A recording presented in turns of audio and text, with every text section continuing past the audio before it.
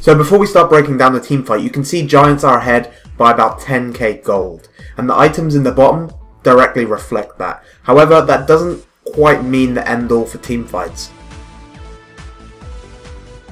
Here you can see Lord is at the back of his entire team, which is the complete opposite place he would want to be as an AP carry, especially against such a catchy team such as Elise and Volibear and Twisted Fate, which have so much potential to catch someone out with.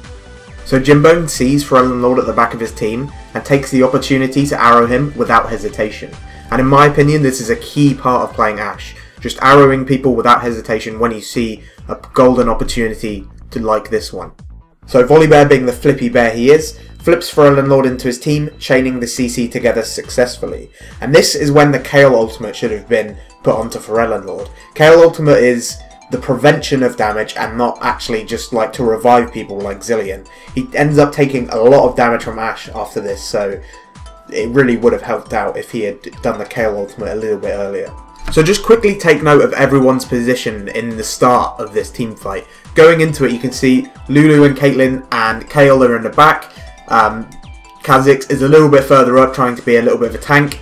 And then on for the Giants team, you have Ashe and Twisted Fate in the back, Sona in the back, Elise up front trying to be a bit more of a tank as well, Volibear up front as well, being a tank as you would imagine he would.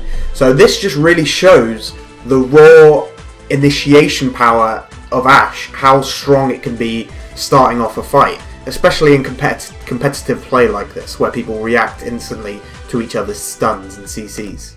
As you can see in slow-mo, Ashe gets a chunky 400 crit off onto Orianna, and that's their AD carry attacking their AP carry, still being at the back of the team. So both the Kale ultimate and the Lulu ultimate get used at the same time on Orianna.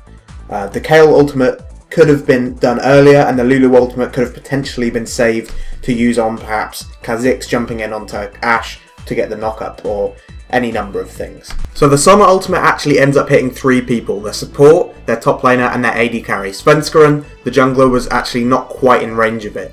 But the Sona ultimate hitting that many people and stunning them is an amazing job for a support to do.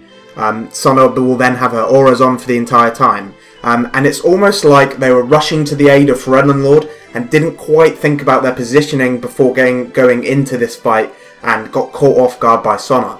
Once again, another opportunistic ult on taking the right time at the right opportunity. So essentially what you have here is both main tanks in the middle of either team trying to soak up as much damage as they can. Kha'Zix begins his leap onto Ashe, because that's what Kha'Zix does. If he isn't able to leap into people like that, he isn't really doing his job and he won't be too successful. Volibear's just running around, his passive hasn't quite ticked on yet, and he's just going to be soaking up as much damage as he possibly can. That's his main role in the team fight. So as soon as Ashe gets jumped on, you can see the entire Giants team rallying to protect her. In this specific case, it's much more worthwhile for their team to protect their AD carry rather than go on some sort of hunt for Caitlyn and try and take her down.